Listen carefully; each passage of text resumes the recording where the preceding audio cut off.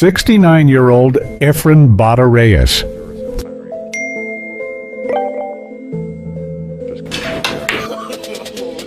Already, oh my God!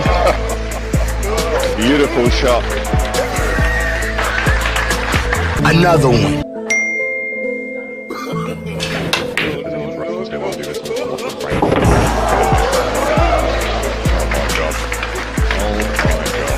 Swerte. Alam naman natin na si Efren Reyes ang the greatest pool player of all time. Pero ang tanong, hanggang kailan kaya niya kayang patunayan ito? Balikan natin itong match ni Efren Reyes nito lamang buwan ng May taong 2024. Naganap ito sa Amsterdam Billiards sa New York City, Manhattan, United States of America. Grabe, full house at ang daming nanood sa match na ito dahil posibleng ito na ang last na pagpunta ni Efren sa United States dahil nga ay medyo may edad na ang ating legend. 69 years old na ang magician sa panahong ito at akala ng marami ay wala ng magic si Efren, ngunit nagulat na lang ang lahat sa ipinakitang performance ng ating pool legend. Nakatunggali ni Efren Reyes dito ang 3 times world champion ng Germany na si Thorsten Hohmann. Kaya pakilike na ng video mga kabilyar at simulan na natin ang bakbakan sa bilyaran.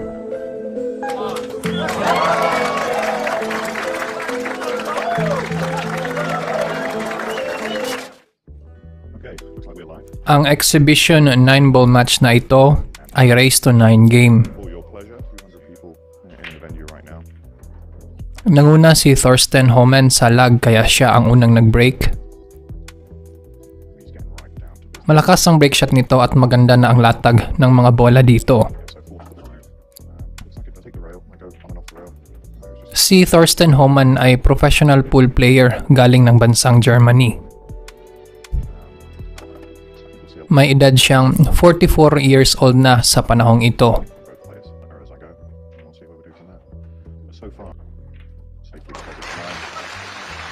Grabe, magaling na run out. Nagpakilala agad ang 3 times world champion ng Germany. Ito na ang rack 3. Lamang ng dalawa ang German player dito. Pero tingnan nyo itong tira ni Efren sa dos mga kabilyar.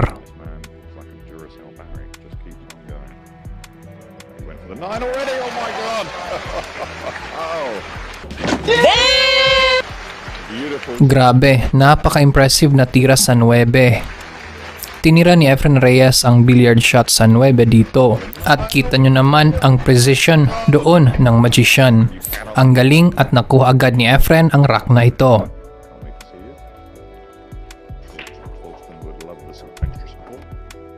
Punta na tayo dito sa rack 4. Ang score ay 2-1 in favor sa German player.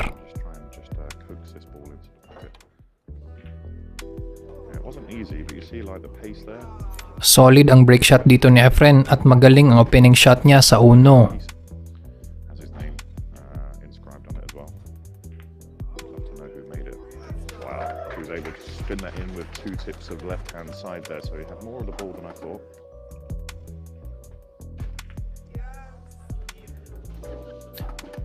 Kailangan ng pagbutihan ito ni Efren dahil hindi rin basta-basta ang kalaban niya. At dapat niyang ipakita sa mas batang player na kayang-kaya pa niyang makipagsabayan.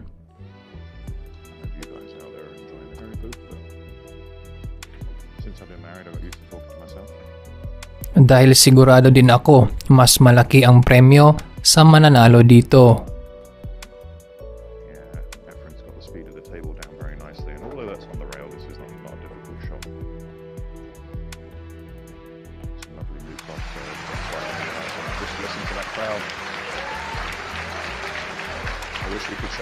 Thank you very much. Tabla na ang laro mga kabilyar. 2-2. Ito na ang Rock 5 at ang German player ang nasa mesa dito. Nakuha ni Thorsten Homan ang una niyang 9-ball world title noong 2003. Not having a booth is a difficult challenge. Its own shot rate. Grabe, hindi rin nagpapatinag ang mas batang player. 4-2 na ang score dito. Control the positional shot. Napakagaling din ang break niya sa rack na ito. Middle of the table here. Some advice I think I need to take for myself. Yes, it's nice to put on. Open ball layout dito at mukhang run out na naman. Use it when necessary. Okay, we can punch this down. Okay, he chose a little option between the two there, so a little punch draw. Thorsten again puts himself down for a 5-2 lead. Ang lupit ng banyaga. Tinambakan na niya si Efren. 5-2 na ang score. There is a channel there. As long as he gets a good angle 4 to the 5, he should be able to get to the right side of it as we look. Whoa. Ito na ang rack 9. Lamang ng 4 na racks ang German player, pero tutok lang kayong mga kabilyar dahil may hindi inaasahang mangyayari dito. Any other thought on his mind? Yeah, look, he's got the bounce back as well. Look at this. Has he got safe? I don't think so. Here we go. Nagkamali sa posisyon ang kalaban ni Efren, kaya pagkakataon niya na ito. Thorsten is using a new Arriva or credit sharp this time. But I won't say what. Pasuyo naman mga kabilyar, paki-like ng video. Salamat po. Just wanted that to hold, and it's just go 2 rails back down to the middle of the table once more. Malaking tulong ang pag-like nyo sa videong ito mga kabilyar. Kaya maraming salamat lalong-lalo na sa mga subscribers namin dyan. Efren brings one back. Score now 3-6. Put it down in the comments if Efren can come back. Nabuhayan ang mga manonood at sa wakas nakascore ulit si Efren Bata Reyes. Unique commentary experience for me.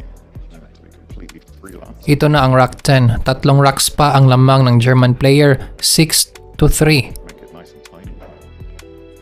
Just come around it, perfect. Nice bit of angle there as well, just to punch on and off the re. Again, cue ball striking has always been effortless. Buti na lang at magaling ang pagkaka-break ni Efren dito. Definitely a lot more compact than, let's say, a Melling or a Shane Van, another one that just times the ball, just effortlessly and creates that and generates that. Paki-comment sa baba ang mga kabilyar kung saang parte ng bansa kayo nanonood. There are a couple of options. He's come around off the 3 there, put it right back where he wants. At kung OFW kayo, paki-comment saang bansa kayo nakatutok. Maraming salamat po. At wow, napakagaling na break and run ng Magician.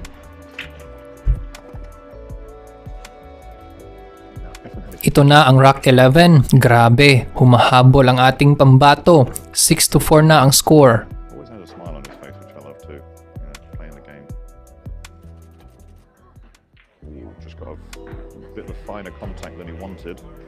Maganda sana ang break ni Efren. Kaya lang wala siyang direktang tira sa uno dito. Kaya sinubukan niya ang kick shot. It's a man that's in tune with his equipment because he actually overcut that ball, which is very, very difficult to At do. ayun, sumablay si Thorsten sa uno at nagulat din talaga ako sa ginawa dito ng Magician. Panooring mabuti ang 1 ball. I'm talking to people. Like I said, we're testing out here, so again, apologies if there's any interruptions here while we do this. And what a bank shot! Are you kidding me? Oh my god! Oh my god! Swerte. Ayun, nagsimula ng magtrabaho ang Magician. Ang lupit ng long bank shot sa uno. Apologies if there's any. Ganito talaga maglaro si Efren. Agresibo at hindi natatakot na tirahin ang mga shot na kagaya nito. To make good for you. Went for the 9. Oh my goodness! And safety there too. At dito naman, pinuntirya ni Efren ang 9. Kaya lang, hindi niya ito napapasok. Pero two-way shot pa rin. Dahil nakadepensa naman siya dito sa likod ng 9.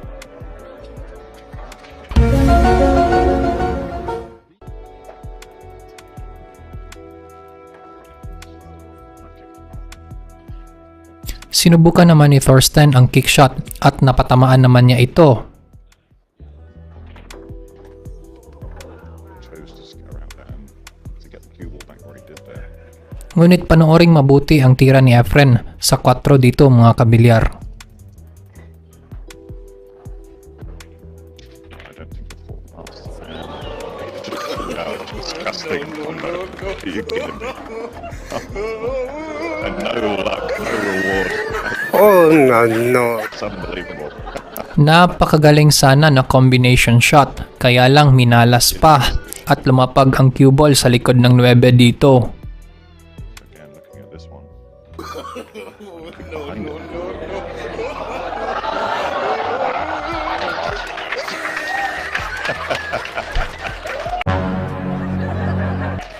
Almost made that shot. Grabe, maganda ang kick shot ni Efren at muntik nang mahulog ang 4. Very makeable. Always a crowd pleaser, and it's his turn for a bit of bad roll. His time for a bit, he's going to have to keep that thing out. Magaling din sana ang jump shot ni Thorsten, kaya lang minalas. Showing a bit of Oh, no. right round the back of the A4. Grabe, patuloy nating panoorin mga kabilyar dahil ang ganda ng laro. Did hit it hard and pushed it off course. Oh my goodness! Punched it. Ayun at sumablay ulit sa malayong tira ang German player dito. Ang laki pa ng chance ni Efren na manalo dito, kaya tutok lang kayo mga kabilyar. The 9 in the same shot. Fantastic. Very, very good. Ayos, at isa na lang ang lamang ng banyaga, 6-5 na ang score. Kahit ang mga audience sa loob ng bilyaran ay na-excite na rin.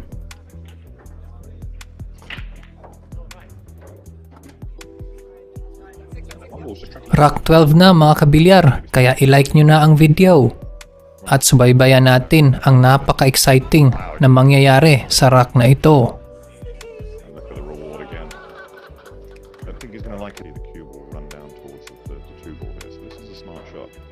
See how it run down? And he's just got... Oh, now he's made it very easy for Efren. Medyo minalas at wala na sa momentum si Thorsten Homan dito. What I'd be concerned about?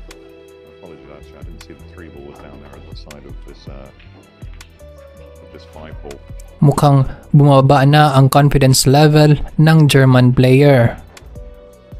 Now, obviously the 5 does go into both pockets, but for this Habang tumataas naman ang kumpiyansa ng ating pambato dito. on the rail.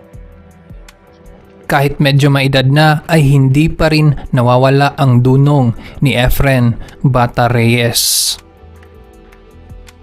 Nanatili ang abilidad at pulso nito kahit lumipas man ang ilang dekada. Again, it's all just preference and speed control. A bit better with his hand. As Cowboys like to say. Wow! Paki-comment kung saang bansa kayo mga kabilyar.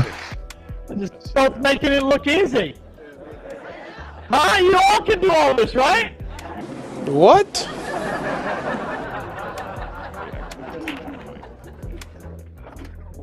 Grabe, nakuhang maitabla ni Efren ang laro. 6-all na ang score dito. Yeah, he used that and actually played the 7 instead of the 1, based on the fact that he probably couldn't see a lot of the ball. Okay. 1, 2, tried for the 3 and got the 3. Oh, not the ball that he meant to go for, but...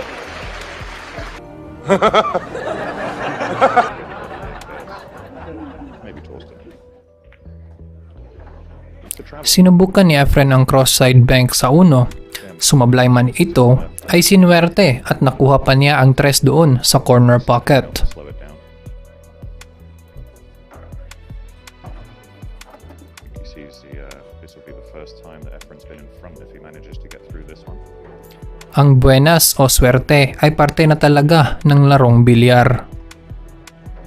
Nice high left, and he's Kahit gaano mo pa kagaling, Kung wala kang swerte, ay mahihirapan ka talagang manalo sa larong ito. Not to take anything away from Torsten, who's making an absolute... Kaya sabi ni Efren, gawin mo lang ang best mo at kusa ng darating ang swerte sa'yo.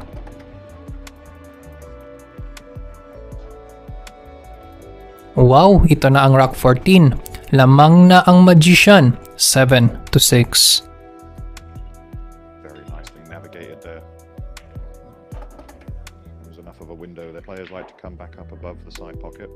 He'll just play for the corner. Napakaganda ng break niya dito. Plays the right side of the 4. By that I mean lower. At kita nyo naman ang pagkakalatag ng mga bola. Connect the dots na lang ito para sa Magician.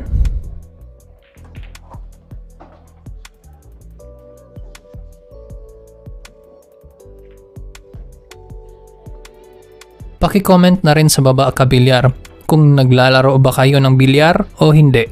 Maraming salamat po. Fantastic. Again, runs that one out. Effortless. Wow, sa pagkakataong ito, nasa heel na si Efren, 8-6.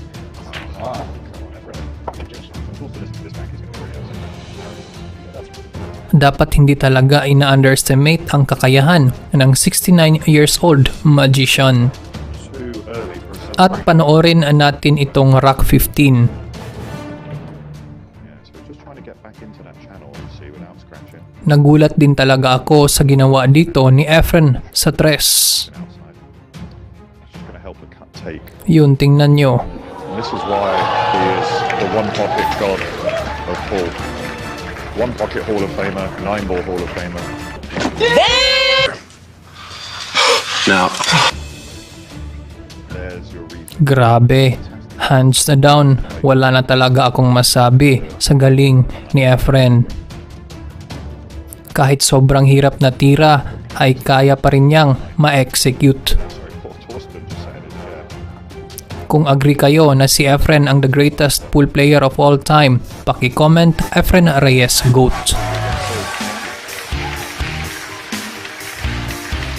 At sa huli ay nanaig pa rin si Efren Reyes at ang final score ay 9-6 kontra sa 3 times world champion ng Germany na si Thorsten Hohmann. Kahit nahirapan man sa unang parte ng laro, ay hindi sumuko at bagkus ay nagsumikap si Efren Reyes na habulin ang German player at nanaig pa rin ang experience at galing nito sa huli. Kahit medyo may edad na, ay napatunayan pa rin ni Efren na siya talaga ang GOAT o ang the greatest pool player of all time. Kung sang-ayon kayo, paki-like ng video at mag-subscribe na dahil marami pa tayong i-upload in the future. Maraming salamat. God bless sa inyong lahat.